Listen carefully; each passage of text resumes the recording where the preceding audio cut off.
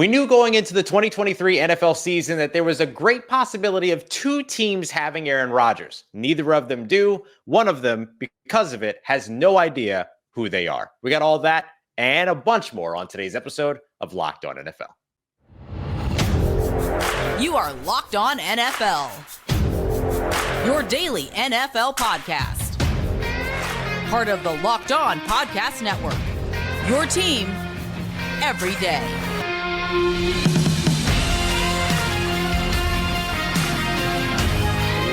What's going on, football fans, and welcome into another episode of Locked On NFL, your daily podcast covering all the biggest stories from around the National Football League. Here is a part of the Locked On Podcast Network, your team every day. Thanks so much to all the everydayers out there making Locked On NFL your first listen of the day every day. Don't forget you can subscribe and follow always for free on YouTube or wherever you get your podcasts so you never miss the latest episodes. And here on another Tuesday episode, you've got Luke Braun at Luke Braun NFL and myself, Ross Jackson at Ross Jackson Nola, your NFL experts here on the Locked On Podcast Network, here to break it all down for you. Today's episode of Locked On NFL brought to you by our friends at Gametime. Download the Gametime app, create an account, use the promo code Locked On NFL for $20 off of your first purchase. Last minute tickets, lowest price guaranteed. Luke, Monday Night Football in the books. The Las Vegas Raiders beat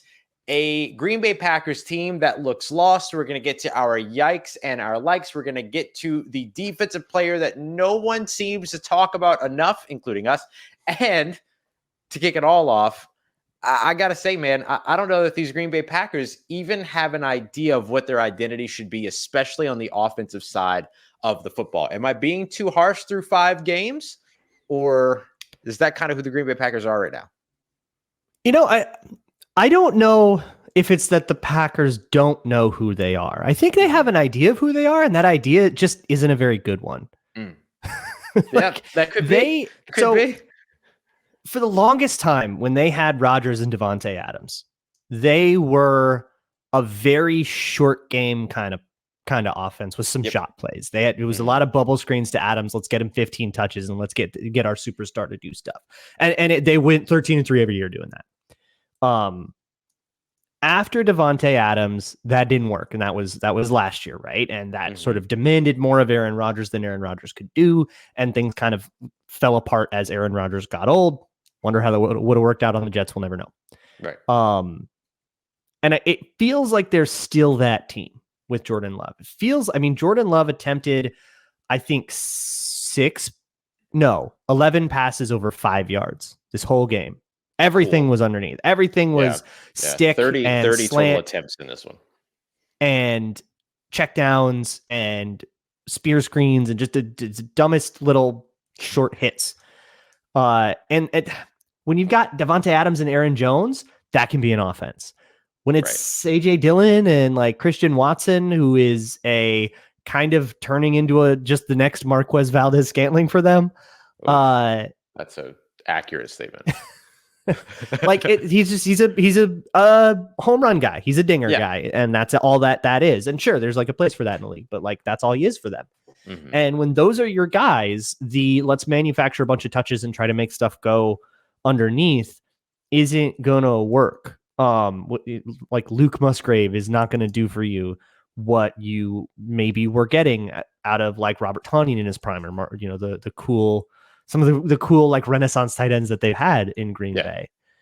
They still feel like that team. And I don't know if that is just what Matt LeFleur is doing with the offense, or if it is just a sort of reckoning that Jordan Love has the same deficiencies that Aaron Rodgers had in his old age. But whatever they're doing is not working. You got to be able to do better than 13 on the Raiders. Yeah, that to me is the big thing. And look, when you hold a team to under 20 points, you expect to win that game. Hello, coming to you live here from New Orleans, Louisiana. And that becomes like a big part of what it is that you expect your teams to be able to do. But, and I highlight and I single out the Aaron Rodgers element of all of this. But without Aaron Rodgers, without Davante Adams, and then now a couple of times here this season without Aaron Jones, this team to me just kind of feels like they figure it out depending upon what works, and they go, oh yeah, we could do that, right? The full first half against the New Orleans Saints in that fantastic comeback that Jordan Love led, they kind of figured out in the third quarter, oh wait, we can throw the ball. In this game against the Raiders, they got into the third quarter and then averaged 4.1 yards per carry with A.J. Dillon and went, oh, right, A.J. Dillon's on the team, and then started to move the ball a little bit better. And then eventually, though, they got away from the things that were working. So it feels a lot like this team and Matt LeFleur and Jordan Love. And look, when you change a quarterback, there's always going to be a growth period or growing pains, whatever it is that you want to call it, right? Like there's always going to be something like that to where you have to learn the system. Then you can start doing all the fancy things that ornament that system. But even in a system where you're throwing a bunch underneath and you're going 10 yards and stuff like that, you have a quarterback that goes 16 of 30 over the course of that. So 53% completion percentage. They can't figure out a way to string together these longer drives. It just seems like they just struggle to figure out who they are until eventually something pops off and they go, oh yeah, let's do more of that. They do that for a little while and they either stick with it and come out with a win, or they aren't able to stick with it because they eventually have to, move to another piece of their offense for game situation purposes. And then it changes everything, and then you're not able to really capitalize on the thing that you found out can work. But I just haven't seen this team come out at the beginning of a game, establish who they are, and then maintain that identity throughout the stretch of 60 minutes. And maybe part of that thing about identity is when you are who your studs are, right? That's every offense is who their studs are. Right. And I think what the Packers want right now is they had, for the longest time, they were Aaron Rodgers, right? Aaron Rodgers was their offense because he's the guy with the juice. They want Jordan Love to be the guy with that juice, but he might not have that juice. And that doesn't mean that you can't exist in this league, but it means that you kind of have to recalibrate the offense around who does have that juice. And maybe it's still Aaron Jones. Maybe it's somebody that's not on the team yet. Maybe it's, Romeo Doubs, who's going to have a developmental arc similar to Davante Adams's, who struggled for his first couple of years before he was really kind of broke out as a superstar that he is now. Maybe, who knows what it'll be for the future for the Packers. But I think the Packers have to be willing to let this be Jordan Love's offense and not Aaron Rodgers' offense as operated by the closest guy we could find in the Mountain West. 100% agree with that. And I'm gonna need Christian Watson at 6'4" to go and fight for a football in an in-game 8 inches situation on that dude against a 5'8" corner. You're killing me. Like shout out to Amik Robinson, go Bulldogs, La Tech, all that. But 5'8" versus 6'4", you expect to win that. And so I think you got to come back to that ball. Yeah. That one bugs me. For those that missed it, so this game ends on a game-winning drive attempt from the Packers. Jordan Love scrambles, gets outside the pocket, and basically lofts a floater jump ball to Christian Watson, who's 6'4", Amik Robinson in coverage, who's 5'8", and Robinson picks it off. That can't happen. So a couple things. For one, Christian Watson was open right away on that play. Amik Robinson was playing underneath him, and the safety didn't get over, and there was space there.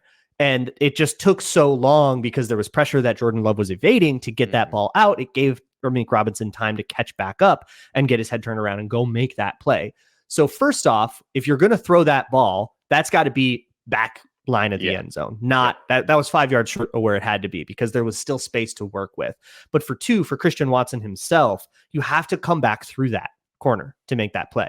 You have to work back into position there and not give him time to jump in front of you because now suddenly it just didn't matter how tall you are. You have to put that, get back into a position where you can use your physical tools to your advantage. And that might be something, again, that he learns over time. But real quick too, on Twitter right now, we got #FireJoeBarry trending. Oh yeah. That feels like the next evolution of the Packers is reinventing who they are on defense with some of the young guys, Rashawn Gary and Quay Walker and Not as young, but still kind of building around Jair Alexander and all those guys and figuring out what kind of defense they want to be next. Yeah. And I do want to come back and have a little bit of a larger conversation about Joe Barry and the Green Bay Packers defense, because I know that you had a great conversation with Peter Bukowski, earlier on to kind of, earlier on the season, kind of figuring out where those types of things might be going.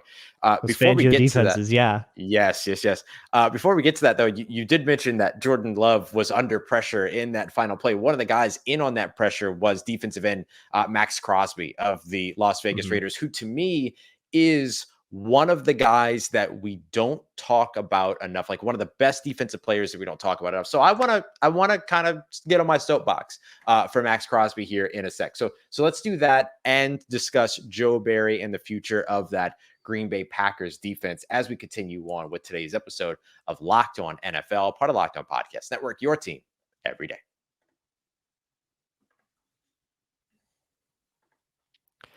Today's episode is brought to you by Gametime, which is a great way to find last-minute tickets, flash deals, and anything else that you need to get to that event without having to plan months in advance, because that's a huge headache. But if you want to head to an NFL game, it might be too late to conveniently be able to get tickets, and Gametime can help you navigate that process. They will give you views of your seat so you can make sure you're not stuck behind a pole or something like that. And they have all kinds of flash sales. And hey, they have a game time guarantee. That means you'll always get the best price. Find tickets in the same section and row for less. Game Time will credit you back 110% of the difference. They're that confident that they are the best deal on the market. And hey, if they're not, they'll bone up for it. So download the Game Time app, create an account, and use code LOCKEDONNFL for $20 off of your first purchase. Terms apply. Again, create an account and redeem code LOCKEDONNFL for $20 off.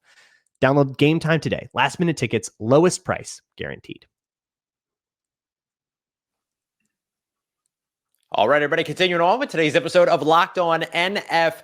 Appreciate you as always making us your first listen of the day every day. Hey, don't forget that here on Locked On NFL, as well as on every single Locked On NFL show on Fridays starting at 2 p.m. Eastern time, it's NFL Kickoff. Jarvis Davis, Tanisha Batiste, and then, of course, Kyle Krabs. They're bringing you all the biggest stories from around the NFL, getting you ready for the big weekend. So check that out. Once again, Locked On NFL Kickoff weekly on the Locked On NFL YouTube page and across all of our Locked On NFL shows as well. Luke, the two of us coming into this, like I texted you, we were texting during the game about like, oh, I want to talk more about Maxx Crosby because it feels like this doesn't happen.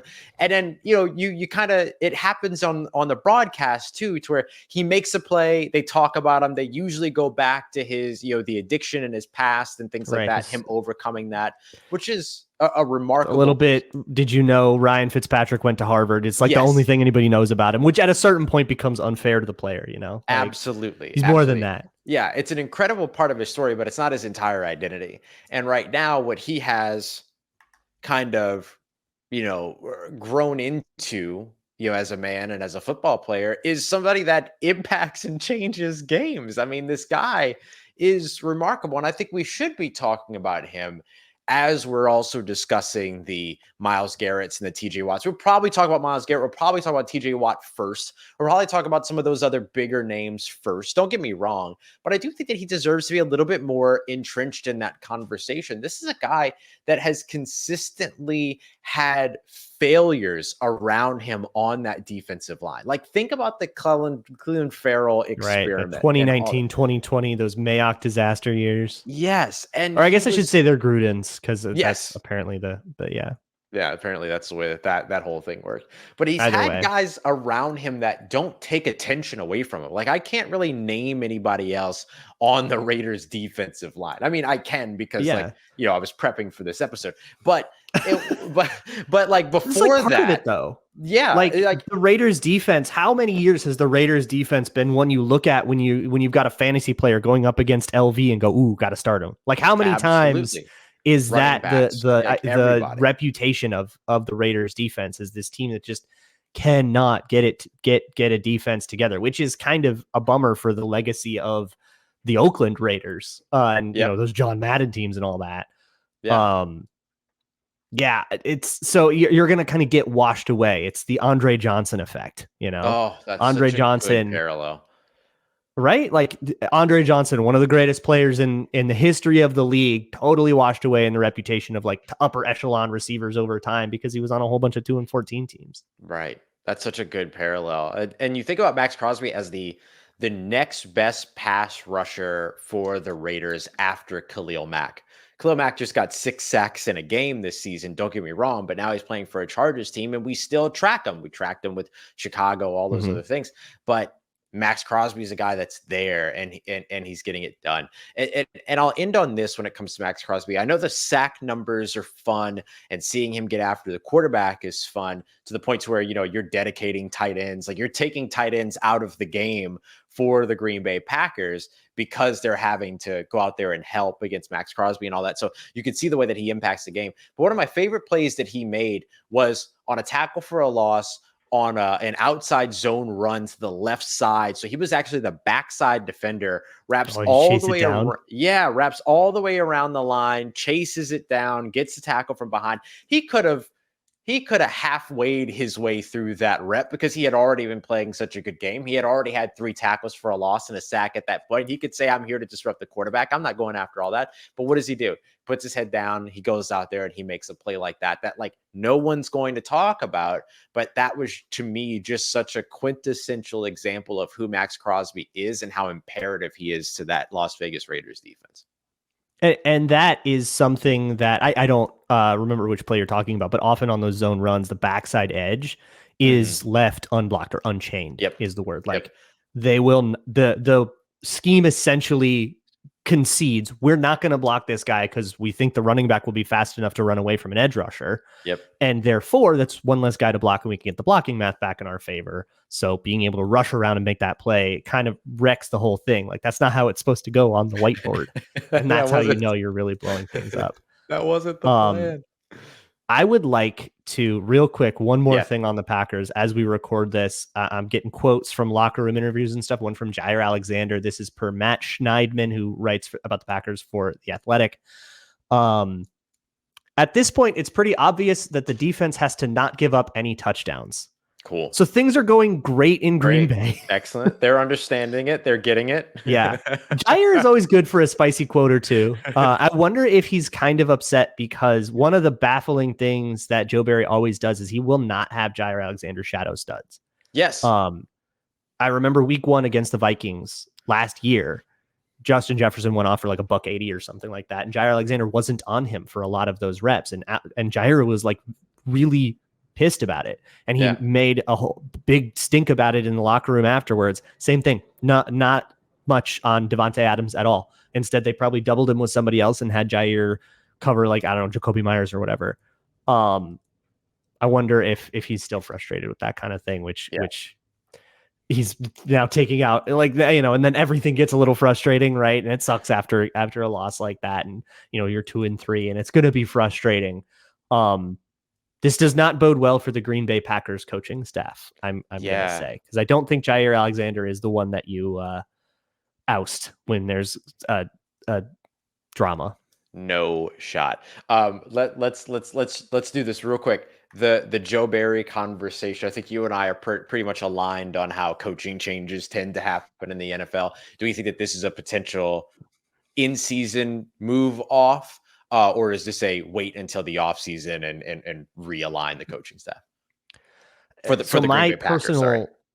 My personal opinion about the nature of the problem for Green Bay is that it is that the Fangio scheme doesn't work unless you're Vic Fangio himself. And a lot of people have tried to replicate what Vic did and just haven't gotten it. And I think Joe Barry is one of those. Donatel was one of those for the Vikings last year.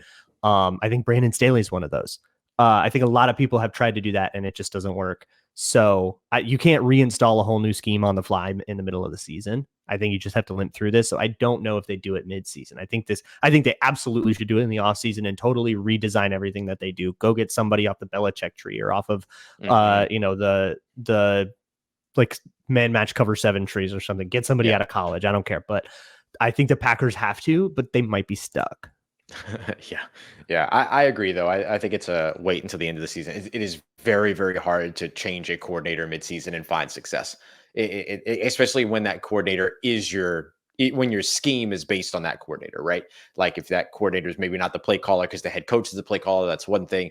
But if that coordinator is the one that is the architect, the play design, all of that, like that's where the scheme comes from. Very, very hard to change that over mid-season, regardless of even if you go to somebody that's on your staff.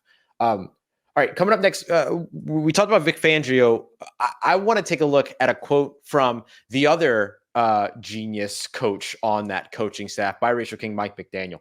That's going to be as we get to our yikes and our likes for this week as we continue on to wrap up today's episode of Locked On NFL, part of the Locked On Podcast Network, your team every day.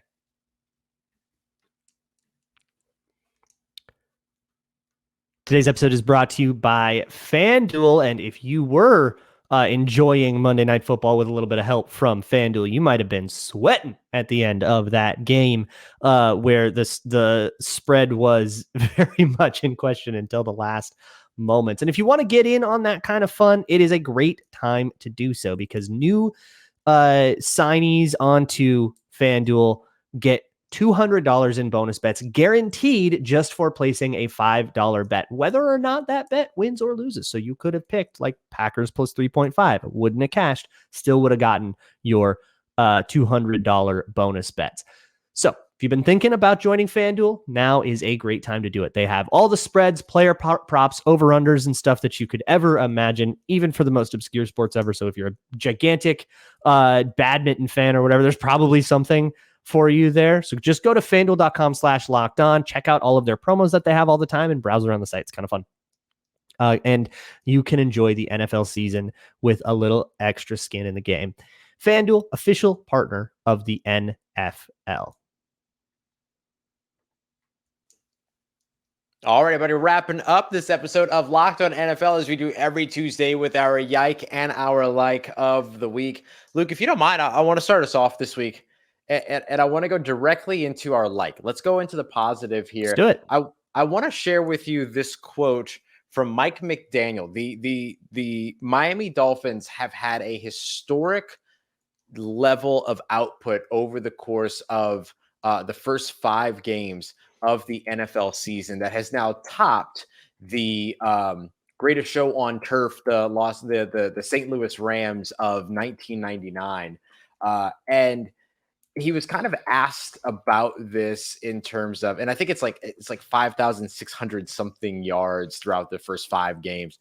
But Mike McDaniel, the head coach of the Miami Dolphins, was asked about that feat, and here was his quote at the podium after the game and the Dolphins win against the Giants. Mission accomplished. We had the whole time. The whole offseason, that was our goal, was output after 5 games. Just a goofball, man. I love it so He really much. nailed the delivery there. The delivery. He's got a future in stand-up comedy. Outstanding. And then, he does like a little finger gun at the end of the answer too. Like all of it is just so good. But the reason why that's my like for the week is because I love that mentality of like, why would we sit here and celebrate the production through 5 weeks when there's still 12 games left to play, right? Like there's so much of a bigger goal in mind that doing something really cool within 5 weeks. And look, he goes on to say it means a lot to be, named in the same conversation as that team and these offenses and the greatest show on turf and all that. But then, through 5 weeks doesn't matter, right? It's through 17 weeks. What do you, or through 18 weeks, you include the bye week. What is that like? And I'm sure that it's cool. And I'm sure that there's a lot of appreciation for it, but I just want to say, I have a lot of respect for biracial king Mike McDaniel for coming in and just kind of being like, yeah, this was really cool. I'm glad that we did this. I'm glad that it happened, but there's a bigger goal that we're striving for here. Yeah. There's something to, I think, knowing that you're on the right track, right? Yeah, like, sure. Stats and records and all that stuff don't get any banners hung, right? I get that. But I think there's something to knowing like, all right, we've got something here. We don't need to change our course. That can help you with decision making, right? Speaking of people who do not change course, my like goes to, you're going to be stunned, a surprising place for me. I got to tip my cap to the Detroit Lions. They I'm I sorry. know the haterade has flowed on Locked On NFL on Tuesdays. Wow. But here's the deal. For 2 years, I have heard all of this hype about how the Lions will be good. Eventually they'll be good. Eventually they'll be good. My whole thing was like, show me. Okay. I'm sick of hearing about how you get a pat on the head because you went 8-9. Show me something good. Well, look at what they've done. They've blown out teams. They crushed Green Bay on the road. They crushed Carolina. And they've done it. And I think this is what endears me. They have done it not by building the team everybody wants you to build. Everybody wants you to build a high flying spread offense, 5 wide receiver, like go pass 80% of the time, maybe some play action bootlegs. No, that's not who the Lions are. They got shot plays. They do have a passing game, but no, man, they've just got a sick offensive line and they run power and counter at you until you give up. That rocks. Like, come on. That's so, and like, they're the kneecap biting team. Like that meant something, Or there was a Hard Knocks thing last year that was, I think it was the first thing, like the cold open of the season was Dan Campbell saying, we're going to take them out to deep water where we can swim and they can't, and they're going to drown. And I was like, what in the world is he talking about? And it's like, oh my God. I feel like Frank in that Always Sunny episode, like I get it. Yes, yeah. and I think there's something really admirable about that. Yeah. I love a team that rushes 30 times in a game and still averages over 5 yards per carry. Like let's go. That's pretty remarkable. Bump and bruise, baby. Black and blue division's back. Yeah, they've been awesome. Wow, with growth for Luke on today's episode of Locked in NFL. Well, now here's the deal. We've just shifted the goalposts. We've now gone from they won't be real to they'll just lose a 3-6 wild card matchup. That's where we just had to shift it back a little bit. Right, you lose ground to gain ground. You know what I mean? Yeah. I get it. All right, I want to do my yike here, and I want to be clear about this because I feel like I'm one of the few people out there that's still like actively rooting for Sean Payton, but. This past week was a tough week for Sean. Had to be, and that's my yike. Yeah, rough start. Yeah, I mean it's been a rough start in Denver as a whole. You lose the game because you're all pro level. You hope quarterback fumbles and it gets brought back for a touchdown and everything. Like it's a hellacious way to lose a game. But then to lose that game to the New York Jets. When you said a lot about Nathaniel Hackett before the beginning of the season and how bad a job he did as the coach of the Denver Broncos last year, he's of course now the offensive coordinator in New York. And not only do you then lose to Nathaniel Hackett, who, by the way, Robert Saleh made a captain for that game. He made the coordinator a captain for that game to just continue the billboard material. You lose to them at home. You lose to them without Aaron Rodgers. You lose to them with Zach Wilson. And then Robert Saleh meets you at midfield after the game and just reading lips looks to say, stay humble. It's a rough day. It was a rough weekend for Sean Payton. All right, Sean, you dish it, you got to take it. Yeah. And I will give Sean his credit. Like he'll dish it and he'll take it, but I know this one irks him big time. And I want to be very clear, the Robert Saleh thing is like a lip reading thing. I don't know for a fact that he said stay humble, but it sure looks like it. I choose to believe it. Yeah, but tough scene for Sean Payton this week. And that's my yike because I want to see the guy win, but it maybe he wins with Caleb Williams or Drake May by the time that this is all said and done, but it's not going great. Not going great to start. Yikes. My yike is going to go to college football. I got to give it to Mario Cristobal. Most of you already know what I'm talking about. Leading a game 16 or 17-20. Needing just to kneel the game out, instead calls a running play, which turns into a fumble, giving Georgia Tech the chance, and they go steal the win from the Miami Hurricanes. What a catastrophe. After the game, Mario Cristobal, he takes ownership. He says, hey, I should have done that, blah, blah, blah.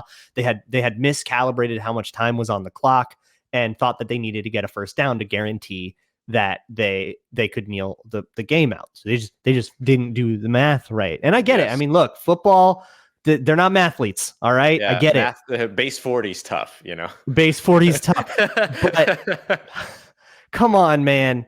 Oh my God, you cannot be in that. The miracle at the Meadowlands. That's Right. the whole reason we do it. It's already happened. You can't be the next guys to do it. Come on. That's tough. That's a big old yike. You got to know how much time's on the clock. Yeah. Yike. It's All horrible. right. That's going to do it. That's going to do it for today's episode of Locked On NFL. We appreciate you being here for another Tuesday. Luke Braun at Luke Braun NFL, myself, Ross Jackson at Ross Jackson Nola. Make sure you come through tomorrow. James and Chris getting you all caught up with the Locked On NFL power rankings, as well as, of course, all the biggest stories from around the National Football League as well. We appreciate you being here for another episode of Locked On NFL, and we will see you here again soon. Part of the Locked On Podcast Network, your team every day.